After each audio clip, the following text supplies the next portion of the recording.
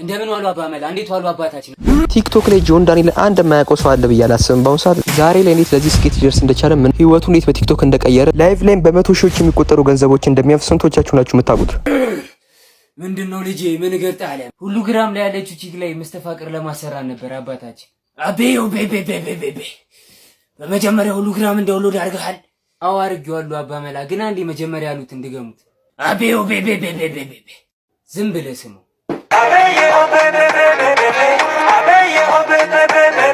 ብዙ ሰዎች ቲክቶክን እንደ እድል ያዩታል፣ ነገር ግን ፍጹም የተሳሳተ ነው ማለት ነው። ቲክቶክ ማለት ለፍታችሁ ሰርታችሁ የምትቀየሩበት ቦታ እንጂ እድል ስላላችሁ ብቻ የምትቀየሩበት ቦታ አይደለም። ለዚህ ምሳሌ እነ ጆን ዳንኤል ማየት ትችላላችሁ። የተለያዩ ቲክቶከሮች አሉ ለፍተው ስንት ሰው ሰድቧቸው ስንት ሰው ተናግሯቸው ለዚህ ደረጃ የደረሱ ማለት ነው። እናም ጆን ዳንኤል ደግሞ ከነዛ ውስጥ አንዱ ነው ማለት። ለዚህ ማሳያ የሚሆን አንድ ቪዲዮ ላሳያችሁ። እንዴት ነው? ሰላም ነው? እንዴት ነው? አለቃ በርታ፣ ጠንክሩ። ኖ ሰርተህ ተለውጥ። የመንሱር አባባል ሰርተህ ተለውጥ። ይሄ ልጅ እንዴ ቲክቶከር ነው። እስኪ እንዴት ነህ? ማይኩ እንዴት ነህ?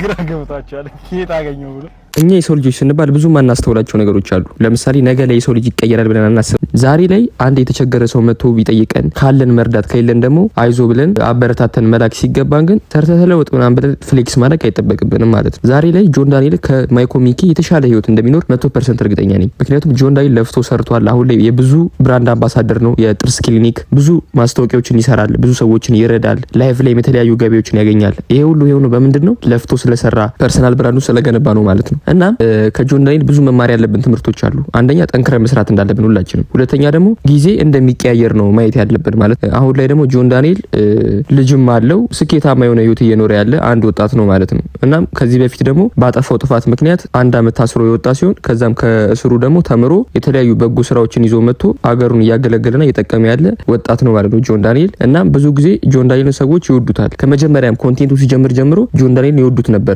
እንዴት እንደዛ ልትልቻል ካላችሁኝ የጆን ዳንኤል ድሮ ቪዲዮዎች ላይ ኮሜንት ገብቼ ሳነብ ጥሩ ኮሜንቶች ነው የሚጻፉለት። ጠፋ ሲጠፋ ኢቭን ይጨንቃቸዋል ሰዎቹ። እናም ጥሩ ፐርሰናል ብራንድ ነው የገነባው ጆን ዳንኤል። ቲክቶክ ላይ የተለያዩ አዝናኝ የሆኑ ኮንቴንቶችን ነው የሚሰራው የነበረው። እየጠፋ ነው እንደምታዩት ነው ኮሜንቱን። እናም የተለያዩ ሙዚቃዎችን ነው እንትን እያለ የሚሰራው። ኮንቴንቱ ይሄን ይመስል ነበር። ስንት አመት? 7 አመት። እንዴት ነህ? ይሄ ነው ያው እኔ ልጅ ምን ሆኖ ነው እግሩን እንደዛ በሽተኛ ሆኖ አልጋ ላይ ቀረብኝ። በቃ ያው ስንት አመት ነው? 7 አመት ያዘልኩ።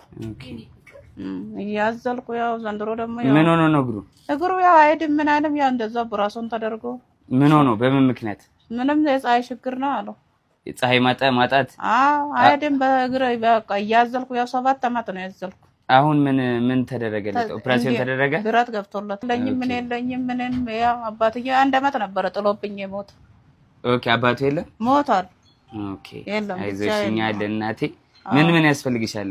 በቃ ምንም ሁሉ ያስፈልገኛል። ቤት ራሱ ያው ጭቃው ነው ያው ዝናብ እየገባብኝ አይ ነው ምንም የለኝም። ያው ሰው ቤት ነበር የሚሰራው። አሁን እሱ ስተኛ መንግስት ያው በመንግስት ነው እየታከመ ያለው። ኦኬ በቃ ምንም የለኝም። ኦኬ እሺ እኔ አሁን ድንገት ነው የመጣሁት። ይሄው ድንገት ነው የመጣሁት። ይሄንን 15 ሺህ ብር ለአንዳንድ ነገር ይሆን ይችላል።